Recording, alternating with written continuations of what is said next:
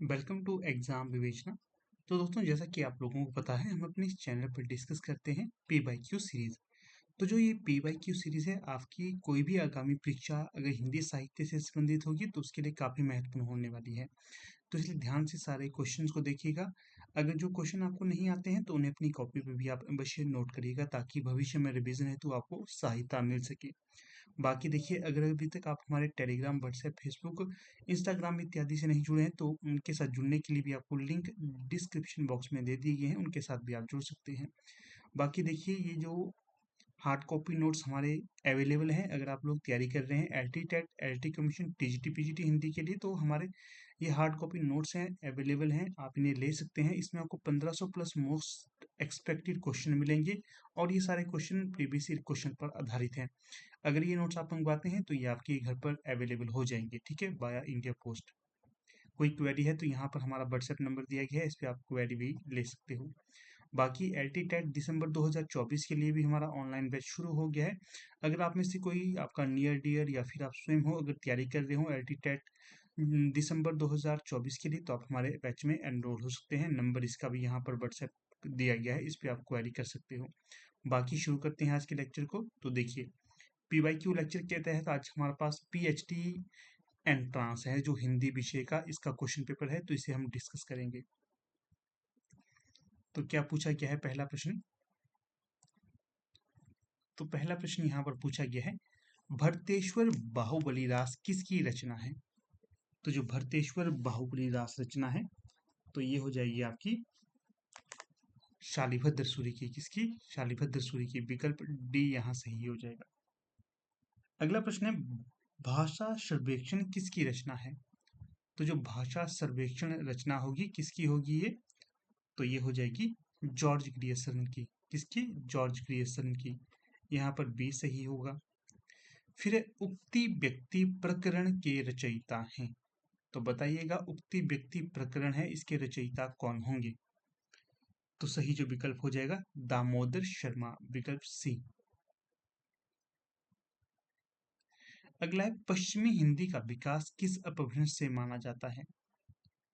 तो जो पश्चिमी हिंदी का विकास है, ये माना जाता है शौरसेनी अपभ्रंश से। किससे? शौरसेनी अपभ्रंश से। यहाँ पर सी सही होगा। 12 बरस लौकू कर जीवे अरु 13 बरस जिए सियार, बरस 18 छत्री जीवे आगे जीवन को धिक्कार। तो प्रसिद्ध पंक्तियां हैं, ये किसकी होंगी? परमाल रासों के रचनाकार है जगनिक, इनकी ये पंक्ति है, और इसे परमाल रासों को आलाखंड भी कहा जाता है, ये भी ध्यान रखना है आपने। अगला प्रश्न है 6, मनु कला ससुभान कला 1600 बालिए किस रासो ग्रंथ की पंक्ति है? तो छठे का सही विकल्प हो जाएगा पृथ्वीराज रासो की ये पंक्तियां होंगी। किसकी? पृथ्वीराज रासो की। तो बी सही होगा। अगला प्रश्न देखिए 7, इसमें क्या पूछा गया आपसे, यह सिर नवे ना राम को नहीं गिरियो टूट। यह सिर नवे ना राम को ना ही गिरियो टूट, आन देव नहीं परसिए यह तन जायो छूट। पंक्ति किसकी होगी? तो जो ये पंक्तियां होंगी विकल्प के अनुसार चरणदास जी की होंगी। अहिंसावाद और प्रपत्तिवाद किस संप्रदाय की देन है? तो जो ये देन होगी, ये होगी वैष्णव संप्रदाय की। किसकी? वैष्णव संप्रदाय की। विकल्प यहाँ पर बी सही हो जाएगा। अगला प्रश्न देखिए 9, सो जोगी जाके मन में मुद्रा रात दिवस ना करी निद्रा। पंक्ति किसकी होंगी? तो जो ये पंक्तियां होंगी, तो ये हो जाएंगी कबीरदास की। किसकी? कबीरदास की। अगला है, वैराग्य संदीपनी किसकी रचना होगी? तो जो वैराग्य संदीपनी है, ये तुलसीदास की रचना होगी। वैराग्य संदीपनी, रामचरितमानस, कवितावली इत्यादि तुलसीदास की ही रचनाएं होंगी। अगला प्रश्न 11, पद्मावत की रचना किस शासक के काल में हुई? तो जो पद्मावत है, किस शासक के दौरान इसे लिखा गया? शेरशाह सूरी के शासन के दौरान। किसके द्वारा लिखा गया था ये? मोहम्मद ये क्या नाम उनका? जायसी, मलिक मोहम्मद जायसी। अगला प्रश्न है 12, रचनाओं का सही कालक्रमानुसार विकास बताइए। तो यहाँ पर जो सही विकल्प हो जाएगा तो वो हो जाएगा आपका विकल्प डी। सबसे पहले जो रचना आएगी चंदायन, फिर मृगावती, फिर पद्मावत, अंत में मधुमालती। अगला प्रश्न है 13 केशव को कठिन काव्य का प्रेत किस आलोचक ने कहा? तो जो केशव को कठिन काव्य का प्रेत कहा गया था रामचंद्र शुक्ल के द्वारा। किसके द्वारा? रामचंद्र शुक्ल के द्वारा। फिर अगला है 14 बिहारी के दोहों पर किसका प्रभाव था?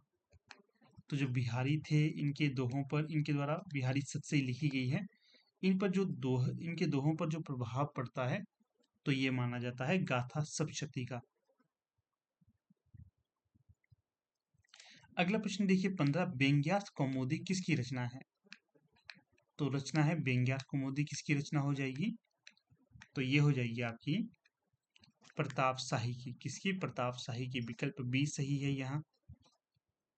अगला प्रश्न देखिए कुंदन को रंग फीको लगे झलके अति आंगनी चारु गोराई। ये पंक्तियां किसकी होंगी? तो जो ये पंक्तियां होंगी तो ये हो जाएंगी यहाँ पर आपकी मतीराम जी की। किसकी? मतीराम जी की। विकल्प ए सही हो जाएगा।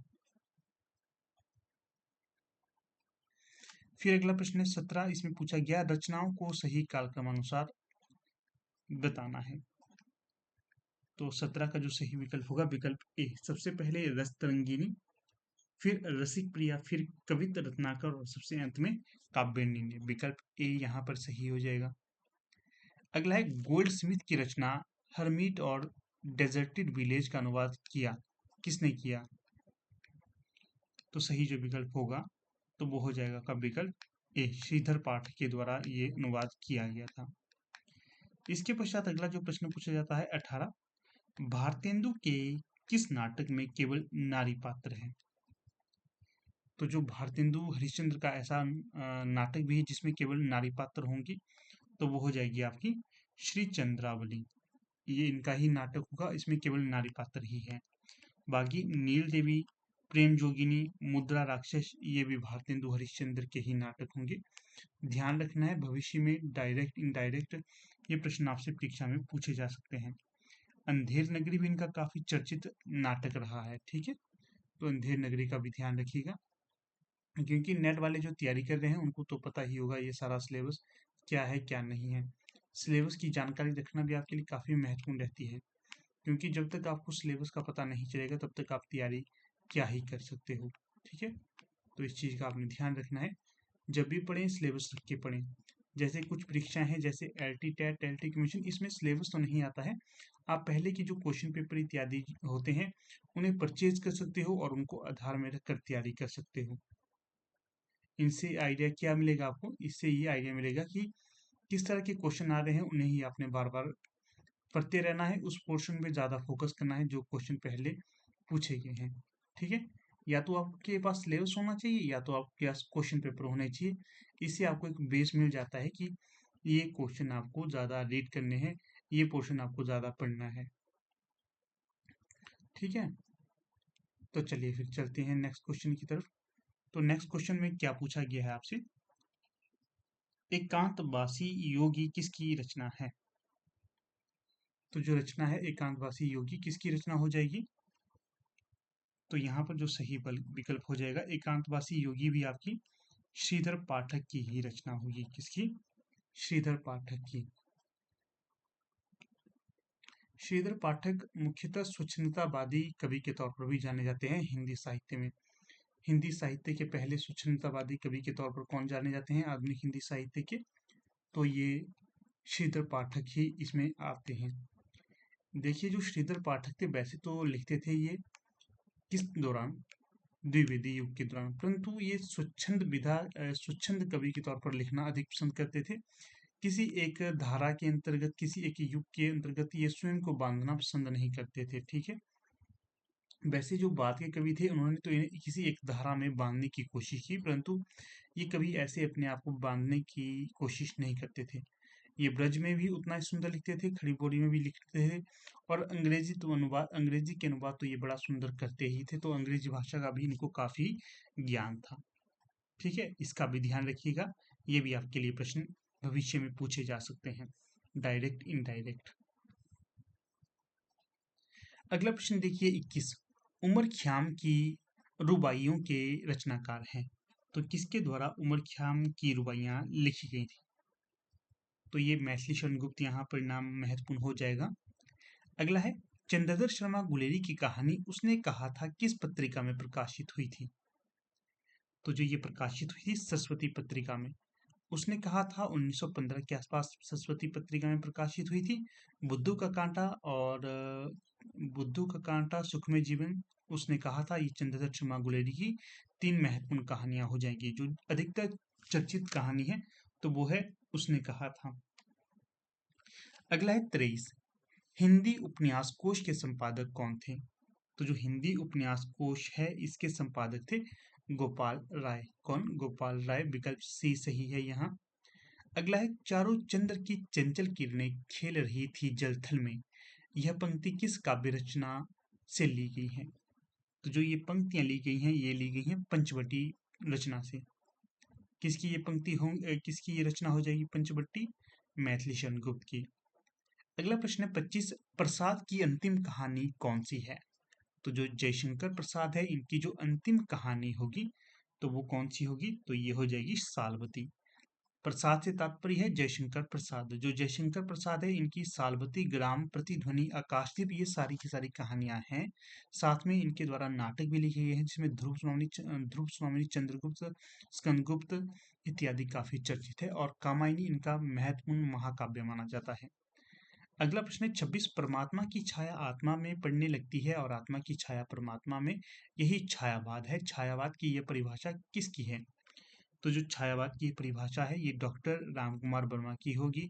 जो डॉक्टर रामकुमार वर्मा है इन्होंने जो हिंदी साहित्य का इतिहास लिखा है अधूरा ही लिखा है, सिर्फ भक्ति काल तक ही लिखा है, इसका ध्यान रखिएगा।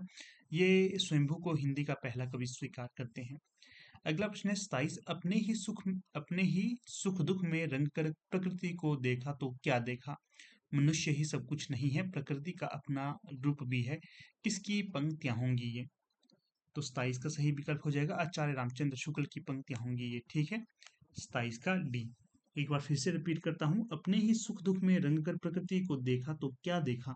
मनुष्य ही सब कुछ नहीं है, प्रकृति का अपना रूप भी है। तो ये रामचंद्र शुक्ल के द्वारा कही गई पंक्तियां हैं, काफी महत्वपूर्ण होंगी परीक्षा हेतु। अगला है किस कवि को हिंदी का बायरन कहा जाता है?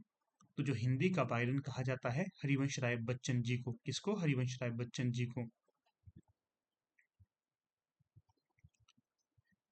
इनके द्वारा अपनी आत्मकथा लिखी गई थी जो काफी चर्चित है। कौन सी? किस नाम से है? एक तो है नीर का निर्माण, फिर दूसरी है 10 द्वार से सोपान तक, तीसरी है बसेरे से दूर और चौथी है क्या भूलूं क्या याद करूं। जो क्या भूलूं क्या याद करूं पहला पार्ट होगा। ठीक है, दूसरा है नीर का निर्माण, फिर तीसरा है तीसरा कौन सा है? नीर का निर्माण, फिर एक मिनट फिर से आपको करवा देता हूँ याद। देखिए जो पहले नंबर पे आएगी तो वो है आपका क्या भूलूं क्या याद करूं। दूसरे नंबर पे जो आएगी तो उसका नाम क्या है? नीर का निर्माण, फिर तीसरा है बसेरे से दूर, चौथा है 10 द्वार से सोपान तक। ये क्रम याद रखिएगा, ये क्रम पूछा जाता है। ठीक है, ये जो क्रम बताया आपको सही होगा। अगला प्रश्न है 29। तुलसी के रामराज्य को यूटोपिया की संज्ञा किस आलोचक ने दी? तो तुलसी के रामराज्य को यूटोपिया की जो संज्ञा दी थी किस आलोचक के द्वारा दी गई थी? तो 29 का सही विकल्प हो जाएगा यहाँ पर डॉक्टर जगदीश गुप्त के द्वारा। डॉक्टर जगदीश गुप्त के द्वारा ये संज्ञा दी गई थी, सी। अगला है 30। ज्ञान के साथ भावना का भी विकास होता है, साहित्य के संदर्भ में ये कथन किसका है? तो 30 का जो सही विकल्प हो जाएगा रामचंद्र शुक्ल का। किसका? रामचंद्र शुक्ल का ये कथन हो जाएगा। इस प्रश्न पत्र में रामचंद्र शुक्ल को काफी पूछा गया है। रामचंद्र शुक्ल कहते हैं ज्ञान के साथ भावना का भी विकास होता है, ये कथन रामचंद्र शुक्ल का है। अगला है 31। इसमें पूछा गया है मधुलिका प्रसाद की किस कहानी की पात्र है? तो जो मधुलिका है ये प्रसाद की जो पुरस्कार कहानी है इसकी पात्र होगी, पुरस्कार कहानी की पात्र। अगला है 32। किस आलोचक ने प्रसाद के काव्य में मानवीय भूमि निराला के काव्य में बुद्धि तत्व और पंत के काव्य में कल्पना की प्रधानता मानी है? तो 32 का जो सही विकल्प होगा, डॉक्टर नगेंद्र के द्वारा ये सारा स्वीकृत किया गया है। जब भी डॉक्टर नगेंद्र का नाम आता है, मैं आपको बार बार जोर देकर कहता हूँ कि जो हिंदी साहित्य का इतिहास है, इनके द्वारा लिखा नहीं गया था, संपादन कार्य किया गया था जो डॉक्टर हरदेव बहारी और डॉक्टर नगेंद्र के द्वारा। अगला जो प्रश्न है 33, क्या पूछा गया है इसमें? इसमें पूछा गया है मुक्तिबोध किस सप्तक से संबंधित थे? तो जो मुक्तिबोध थे वो थे तार सप्तक के साथ संबंधित। क्यों? क्योंकि तार सप्तक ये पहला तार सप्तक था जो 1943 में आया, दूसरा तार सप्तक आया 1951 में, तीसरा आया 1959 में और चौथा आया 1979 में। ये क्रम याद रखिएगा, कई बार इसे भी क्रम में रखने के लिए पूछा जाता है।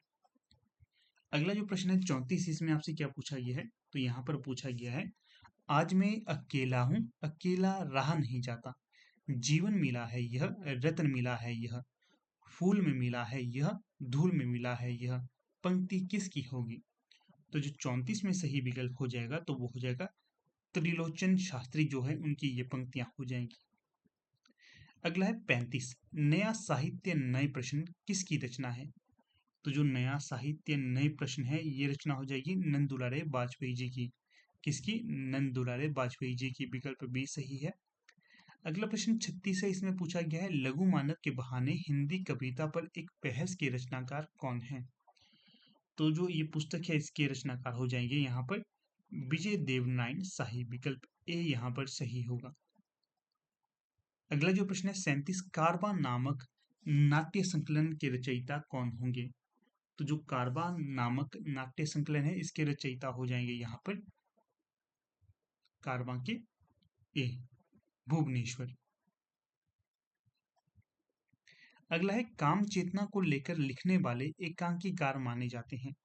जो काम और चेतना पर लिखने वाले एकांकीकार हैं तो ये हो जाएंगे आपके भुवनेश्वर। विकल्प डी यहाँ पर भी सही हो जाएगा। अगला है शिखर से सागर तक किसकी रचना है?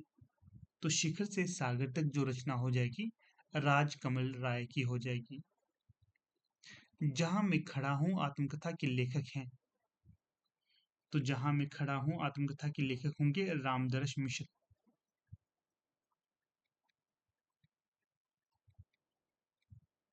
अगला है 41, दश रूपक के रचनाकार कौन है? तो जो रचना है दश रूपक, इसके रचनाकार हो जाएंगे धनंजय। कौन हो जाएंगे? धनंजय। विकल्प सी यहाँ पर सही हो जाएगा।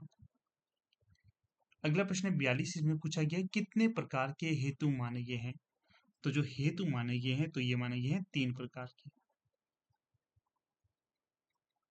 अगला है 43, निम्न में से कौन अलंकारवादी आचार्य नहीं है? तो जो अलंकारवादी आचार्य के तौर पर नहीं जाने जाते तो होंगे वामन, क्योंकि वामन रीतिवादी आचार्य माने जाते हैं। भामा, दंडी, उद्भट, ये सारे के सारे होंगे आपके अलंकारवादी आचार्य, क्योंकि आगे पूछे जाएंगे, इसलिए आपको ये याद रखना है। अगला देखिए, रस निष्पत्ति के प्रथम व्याख्याकार कौन थे? तो जो रस निष्पत्ति के प्रथम व्याख्याकार के तौर पर जाने जाते हैं तो ये जाने जाते हैं भट्टलोलट। पहले नंबर पे भट्टलोलट आते हैं, दूसरे नंबर पे शंकुक, तीसरे नंबर पे भट्टनायक और अंतिम नंबर पे आते हैं अभिनव गुप्त। अगला है 45, भरत सूत्र के अंतिम आख्यात व्याख्याता है। भरत जो सूत्र है भरत मुनि के द्वारा दिया गया था, इसके अंतिम व्याख्याता के तौर पर जाने जाते हैं अभिनव गुप्त। जो मैंने ऊपर आपको क्रम बताया, अगर उसके हिसाब से कर देते तो ये आपका सही हो जाता।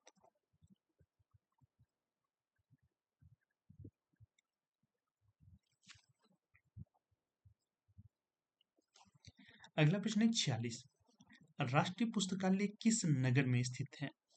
तो जो राष्ट्रीय पुस्तकालय है ये आपके कोलकाता में होगा, पश्चिम बंगाल के कोलकाता में। अगला है 47, शब्दार्थक ज्ञानकोश का संपादन किसने किया? तो ये किया गया था रामचंद्र वर्मा के द्वारा। शब्दार्थक ज्ञानकोश का संपादक रामचंद्र वर्मा को माना जाता है। अगला है 48, शोध प्रबंध में शोध संकेत का आशय क्या होता है? शोध प्रबंध में शोध संकेत का आशय होता है परवर्ती शोधकर्ताओं के लिए सुझाव। विकल्प सी। अगला है शोध सामग्री के मूल्यांकन में किन तत्वों की जांच होती है? इसमें परिपूर्णता का, शुद्धता का, उपयुक्तता का और उपयुक्त सभी का वर्णन मिलता है। ये डी सही होगा। अगला है मैक्स मूलर ने किस ग्रंथ का प्रमाणिक संस्करण तैयार किया? जो मैक्स मूलर थे इनके द्वारा ऋग्वेद का प्रमाणिक संस्करण तैयार किया गया है, तो सी यहाँ पर सही हो जाएगा। तो देखिए मित्रों, कुछ इस प्रकार से आज का ये हमारा लेक्चर था। मुझे पूर्ण आशा है कि ये लेक्चर आपके लिए मोस्ट इंपॉर्टेंट रहने वाला है किसी भी परीक्षा हेतु, तो इसलिए ध्यानपूर्वक सारे लेक्चर को देखिएगा। डायरेक्ट इनडायरेक्ट परीक्षा में आपसे यहाँ से प्रश्न देखने के लिए मिलेंगे। तो वीडियो को समाप्त करने से पहले फिर से कहूँगा, अगर अभी तक आपने हमारी टीम के द्वारा जो हार्ड कॉपी नोट्स तैयार किए गए हैं अभी तक आपने इन्हें परचेज नहीं किया है, तो समय रहते इनको परचेज करिएगा। कोई भी परीक्षा हिंदी साहित्य से संबंधित होगी तो वो आपको काफ़ी मददफुल होगी यहाँ से। बाकी यहाँ पर नंबर भी दिया गया है, तो नंबर पर भी आप कॉन्टैक्ट कर सकते हो। तो एलटी टेट दिसंबर 2024 और एलटी कमीशन के लिए भी हमारे बैच बिठाए जा रहे हैं। कोई भी अगर इससे संबंधित क्वेरी चाहता है तो यहाँ पर जो व्हाट्सएप नंबर दिए गए हैं इस पर आप कांटेक्ट कर सकते हो। ठीक है, सारी डिटेल यहाँ पर आपको मिल जाएगी। ठीक है, तो चलिए फिलहाल अब यहाँ पर अपनी वीडियो का समापन कर लेते हैं। आप लोग वीडियो के अंदर बने, इसका बहुत बहुत धन्यवाद।